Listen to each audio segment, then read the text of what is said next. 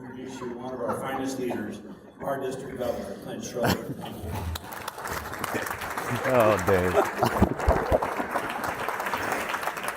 Oh, man, I can always count on him to tell that story. The least appropriate time. While I'm getting myself situated, I'll share a little story with you. Pam Chambers just reminded me when I came in and we were just chatting and for some reason it reminded me of a story. When I was in Vietnam a few years ago, you know how most white people do whenever we travel, we're like, oh, I'd like to learn a little bit of the language and incorporate that into a speech that I was making. And so I asked one of the people in the class that I was teaching, it was about marketing and how I could really connect. And I said, I'd really love to be able to say, good morning, ladies and gentlemen, when I get at the podium. And so he was good enough to share with me how to say that. So I did, and the reaction in the room wasn't exactly as I had anticipated it might be. And I then delivered, the rest of my 2-hour talk or whatever it was, and with a lot of gusto and passion, and got a standing ovation. And I walked away and I said, well, what did you think? How did I sound when I tried to say it? And he said, you said, good morning, toilets and urinals. So I learned that I should just really be myself from that point going forward, and languages I don't speak, I shouldn't do it at a podium for sure. I'm honored to be here today, and I have some special presentations that I'll make here in just a minute, but a lot of great friends in this club, and I thank all of you for your friendship and your support, not only of me in Rotary, but of me professionally and personally in this community. Hawaii has really become my home in the last 12 years, and it's due in no small part to many of the people that are sitting in this room and others around the district and the state. So thank you very much. And I'd like to, if I can, open with a short story today, one that rings particularly true to how I feel about Rotary, the work that we do, and the people that we're lucky enough to serve with side by side in this organization. And it's called The Tale of Two Seas. A father and his young son were looking through a picture book of Israel when the father explained to his son that there are two seas in that country. The first, he said, is the Dead Sea, as they passed stark photographs of lifeless salt pillars jetting out of a gray, milky lake. The text at the bottom of the page explained that the Dead Sea contains no life at all. In fact, it's bitter and it's toxic. They continued on. The pictures became more vibrant and filled with color. The second sea, he said, is the Sea of Galilee. The photos were teeming with life. The text explained that the sea contains dozens of species of fish, some in fact found nowhere else in the world. Its shores are crowded with birds and lush with vegetation. And the father explained to his son that both seas are fed by the same river, the River Jordan. Puzzled, the young boy looked at his father and said, how can two seas be so different when they're fed from the same source? The answer is simple, said the father. The Sea of Galilee receives water on one end, and it gives it back on the other, while the Dead Sea receives the water and has no outlet. It keeps it all within itself to become stagnant and poisoned. And so it is with life, said the father. If you receive and you do not give, you cannot live. And I firmly believe, and I feel that many of you in this room probably will agree with me, that Rotary is and can be that outlet for many of us to share some of what we've been given and to make the world a better place. But most importantly, it allows us to work together to make a real, notable difference. Albert Pine once said, what we do for ourselves dies with us, and what we do for others and the world will remain and be immortal. And this year's theme of Rotary Serving Humanity is, in my opinion, as relevant as it is simple, because simply, it's what we do, and it's where we truly become Rotarians. After the meetings and the meals and the mixers, the networking opportunities, the pauhanas on the lanai, at the end of the day, we'll be remembered for one thing, and one thing alone, that Rotary served humanity. And over the past few years, I'm sure you've all noticed, Rotary's turned a significant corner. From our historic roots in vocational leadership and industry networks, we've become one of the world's premier service organizations with a 5-star Charity Navigator rating for the work that we do and the funds that we disperse worldwide. We also have an incredibly influential and powerful membership.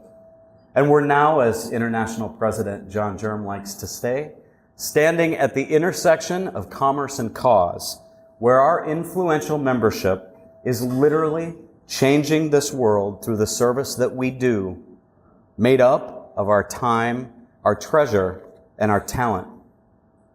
But 2016-17 also marks a major milestone for Rotary International. Just like when we served our centennial last year, this year the RI Foundation turns 100 years old as well. And that's 100 years of local and global service and $3 billion spent on humanity in every corner of this world, changing lives, changing the communities that we work in, and changing not only the individuals that receive the service and the funds that we raise, but the individuals like you and I that do so many things to give them. I like to say that it's 100 years of bringing hope. And the Rotary International Foundation does it better than anybody else, bringing hope in areas of peace, clean water, disease prevention, child and maternal health, literacy, community development. Ladies and gentlemen, we as Rotarians are in the business of providing hope. And hope is a powerful force. Hope can dig a well. Hope can bring peace. Hope can teach a child to read.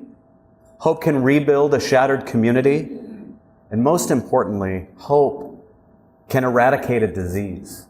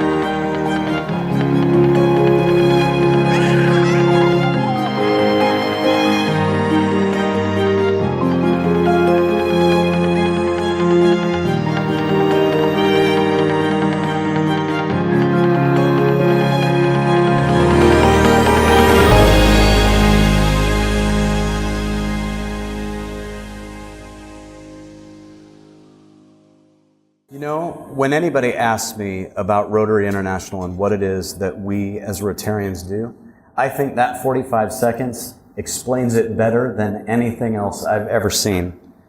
My favorite statement in there is that every smile is a thank you. And I've got to say that I've been lucky enough to see some of those smiles firsthand. In February last year, Jason and I were fortunate enough to take part with 60 other Rotarians from all around the world on a National Polio Immunization Day project in Western Rajasthan. Something we always wanted to do.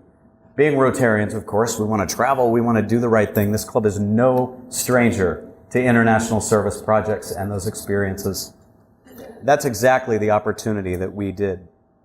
As we traveled around New Delhi, it was hard not to notice the victims of polio from an age when the World Health Organization and Rotary wasn't there to help immunize those children against this crippling disease. Crawlers, as they're called, make a living any way that they really can, and that's basically on the kindness of others. Overlooked and untouchable, their lives forever changed by a microscopic virus that's so easily eliminated by 2 small drops. I vividly recall the first morning of the NID. We were up before the sun, everyone excited, loaded into tiny cars that were orchestrated brilliantly by the Indian Rotarians, lined up for blocks outside of our hotels to pick us up 4x4 for the long drive into Western Rajasthan. Jason and I were assigned to a village called New, in an area of India so poor, it's not even represented within the government. Because you see, in the eyes of most, no one can help these people. But Rotary was there. Rotary can help. Rotary and your commitment to a polio-free world. That morning, as we got in the car and drove for what seemed like 4 or 5 hours, the excitement in our car was incredible. We didn't know what we were getting into. We couldn't wait to get out of the car. It was just one of those experiences that's hard to describe unless you've had it yourself. But that morning, as we pulled up closer to the villages, the excitement in our car gave way to a quiet tension as we noticed the men with the automatic rifles walking through the villages, patrolling the streets, if you will, keeping the peace in an area of India where federal and local law is really no more than a suggested code of conduct. But we were there, united by the language of hope and united by the language of Rotary, because we were about to immunize children against a disease that we'd seen the crippling effects of firsthand. And in perspective, everything outside of the window just sort of fell away. We were mobbed by the children when we pulled up. So many, in fact, it was hard to get out of the car. They knew why we were there. The toys, of course. We brought bags of toys, hats, pens, tops, you name it. We were prepared. Because the work that we Rotarians do is like clockwork to them. 3 times every year, 2.4 million volunteers immunize 170 million children in India alone. 3 times a year.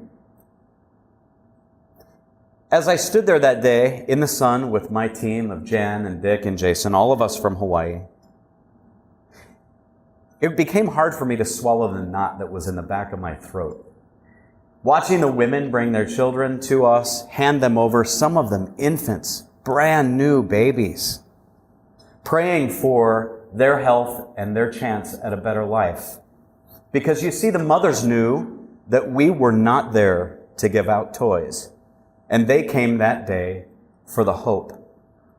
And out of the hundreds of little lives that we touched that day, there was one little smile that stood out above the crowd to me. A girl no more than 8 years old fought through the crowd to offer up her infant sister. The child's eyes, lined with black tear and coal, were focused on me as those 2 little drops hopefully gave her a chance at a normal, healthy life. And it was over in a matter of seconds. Together, they disappeared back into the crowd with the colored purple pinky finger indicating the work was done and the hope of a more certain future. You see, it was on that day, in that spot, in Rajasthan, India, that child gave me a gift too. And that's the gift of insight. I've been a Rotarian a long time. I know the statistics. I'm familiar with the foundation. I've written global grants, but I had never seen for myself the meaning of the word hope. And while they may have been my hands that day that did the work of the polio immunization, it was you that have made it all possible. You and Rotarians like you all over the world committed to 31 years of eradicating this terrible, crippling disease, have given millions hope and saved millions of lives and changed millions more. So first of all, I'd like to thank you for your gift to those children, and indirectly then your gift to me as a Rotarian, because it was at that moment that it all made sense, and I feel that I truly became a Rotarian. With only 19 new infections so far this year, we've come a long way from the 386,000 new infections reported through the 1st of August in 1986 when we took on this initiative of eradicating polio. But we are not done. The fight is not over. And in District 5000 this year, we've launched a new program to support the final international push to fund the cause and eradicate polio once and for all. Our Polio Champion Challenge will assist us in raising those final funds required to finish the job that we started 31 years ago. And today, it gives me great pleasure to recognize a few individuals from your club And President Rick, if you can help me, I would appreciate it. Before I recognize a few individuals, I'd like to make a special presentation on behalf of members around the district and many of you sitting here in this club. A Polio Gold Medal Champion Award will be given to Ms. Linda Coble on behalf of Kirk Matthews and in memory of Kirk Matthews. And I want to share with you how many people made this possible and tell you how many lives will be changed because of it. These are the individuals that contributed to making this gold medal possible for Kirk and for Linda. The Rotary Club of Hawaii Kai, past District Governor Phil Sammer, Joanne and Larry Laird, Naomi Masuno, Eric Kaler, Joan Doty, Alice Tucker, the Rotary Club of Lahaina, Dr. Jeff Goodman, Jermaine Brown, Michael Smith, Laura Richards, Sandy Schneider, Liz May, Felicia Platt, Linda Coble, Montine Hansel, Mitch Diolier, Dave Benson, Al Linton, Fran Mossman, and Rick Toll. And let me tell you this. The money that you were raised in Kirk's name and in memory of Kirk today will be matched by the Bill and Melinda Gates Foundation. So the $5,000 approximately that was raised in name of Kirk will be turned into $14,580 in service to the Polio Plus campaign and immunize 29,160 children. Please give yourselves a round of applause.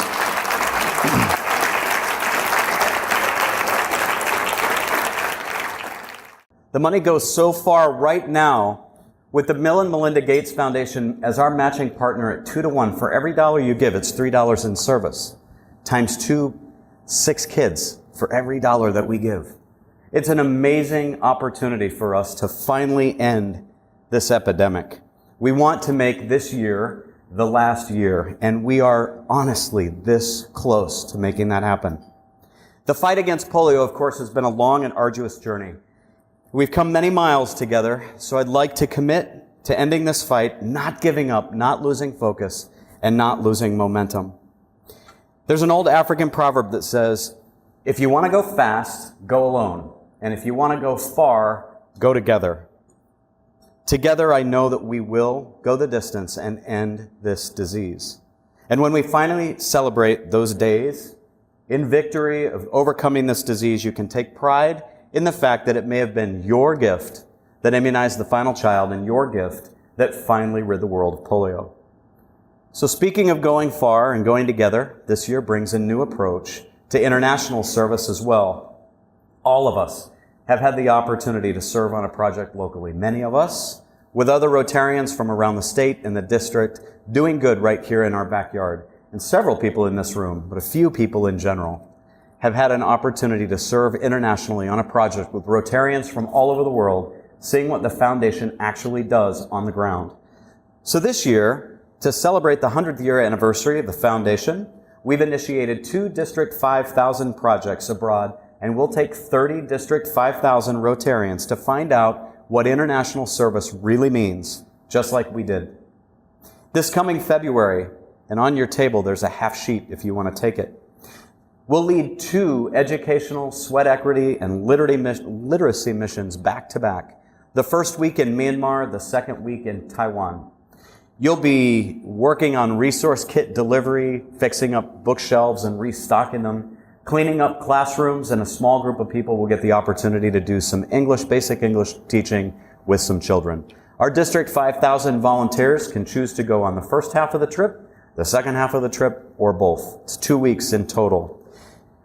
Mark Merriam is our District 5000 coordinator for the project. His information is on the back of the flyer, and if you're interested in attending or know someone who might be, please reach out to him and get your name on the list. It's an excellent opportunity to see the kinds of experiences that you will have, the lives that we can change, and the work that can be done through an organization like Rotary. So please join us to discover the definition for yourself of Rotary serving humanity. Because after all, it's what we do, and it's where we truly become Rotarians. The next thing I want to talk to you about today is about growth. We all have a common beginning in this organization. Someone invited each and every one of us to join Rotary at some point. And they say individually, we are one drop. Together, we are an ocean. But none of us would be in this room today without the gift of our original membership invitation. So let me ask you a question. When was the last time you personally gave that gift? Think of one person, if you will, in your mind that would find value in this organization. Would they find value in the business and the networking that naturally occurs in a room as dynamic as this one is? Do they find value in working for the state and the community of Hawaii, right here in our backyard? Do they find value in the international service? And bottom line, do they find value in helping change the world? So then let me ask you another question with that person still in your mind's eye. What is it that we're waiting for? You don't have to sell Rotary. Rotary sells itself. Just don't invite them to sit through our meetings. That's not the way to attract new people. Invite them to a social. Invite them to your Lanai Pauhana.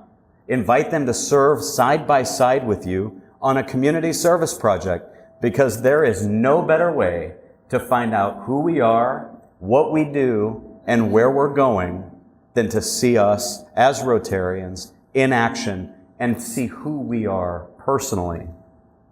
Once they see our passion and once they understand the fire that burns within dedicated Rotarians, the rest is easy. But you can't miss the most important part.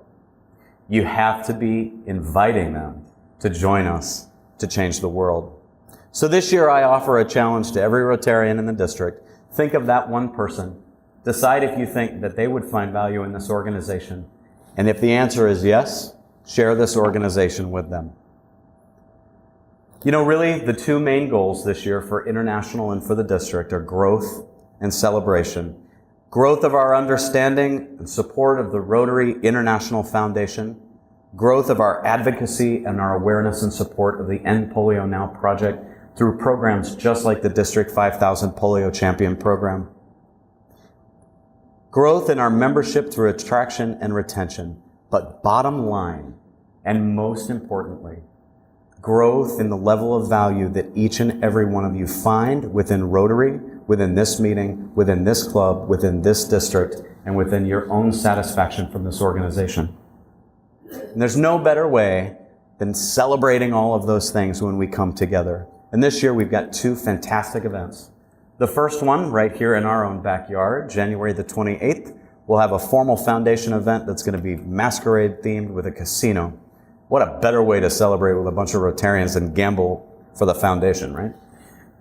It's going to be a great time. Our Paul Harris members, our major donors, our white hat members, and everyone who's donated to the Polio Champion Challenge will be invited to join us that evening. More information will be coming out about that, and I would encourage you to join. The second thing, and the one I'm most excited about, is this year's district conference, which will be May the 19th through the 21st at the Sheraton Ka'anapali in Maui. And like I said, Maui Rotarians can't wait to have you there. The Rotary Club of Maui! Aloha, Rotary Club of Kahului. Aloha, the Rotary Club of Lahaina! Aloha, Rotary Club of Kihei Wailea. Aloha, the Rotary Club of Wailuku! The Rotary Club of Country Land! Yeah! Aloha, the Rotary Club of Lahaina Sunrise! Aloha, the Rotary Club of Lahaina Sunset! Aloha, the Rotary Club of Lanai! And the Rotary Club of Valley Isle Sunset say... Welcome to Maui!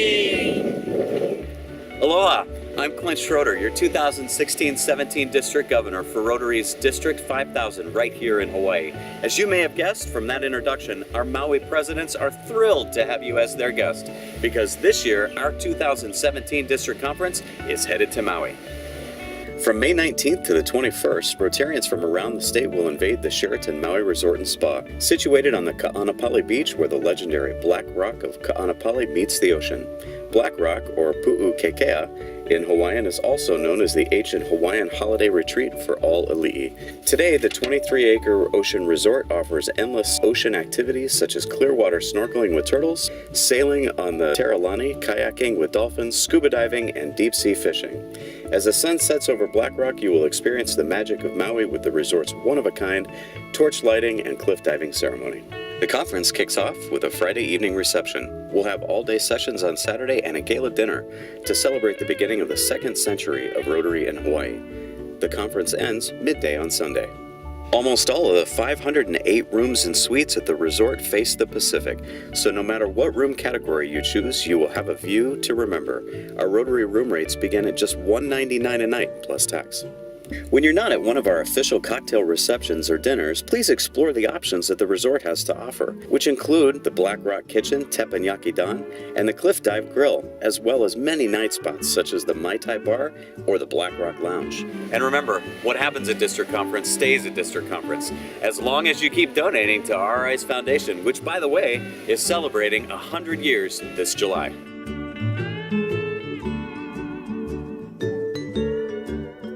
All right, I did not write the script. I just read it. But if there's one or two things you should remember about that overly cheesy commercial, it's this. Room rates at Ka'anapali Sheraton are only $199. And if you've ever been there, that's a darn good price. Second thing, and on your table, how convenient. There's a save the date and a little bit of information on a card there about the district conference. Full conference registration is only $335, and that's inclusive of 5 meals and the gala dinner that night. So great opportunity. For those of you with children or grandchildren, we're trying to make the conference a little bit more family friendly this year. There'll be a family field day in the common lawn on Saturday afternoon and on the beach in that area. So I would love it if I could see you all there in May. You can check out D5000conference.org for more information, schedules, menus, whatever you might want to know. But register soon. You know, I'd like to close, if I may, with just a few thoughts. You know, together, you and I, as Rotarians, do so many wonderful things all around the world. We serve humanity better than any other organization that I can think of, and that service brings a lot of smiles, indicating a lot of hope, and we will go a long, long way with this organization. And you know, with so much bad news everywhere we turn, the TV, the radio, the daily paper, Facebook, whatever your general source of information might be. Don't you think the world needs a little bit more Rotary, and a little bit more Rotary the way that only Hawaii Rotarians can bring it, with a little aloha spirit? You know, we're so fortunate to be where we are, to be here together in Hawaii, serving side by side, serving humanity. Always remember my favorite quote by Gandhi, be the change you want to see in the world, which I think most typifies the work that we do in Rotary and explains our organization better than anything else. So thank you very much for your time today. Thanks for having me speak to you. I wish you, President Rick, and your entire board the very best of luck this year. We're here to serve you in any way that we can. Aloha and mahalo. Thank you, sir.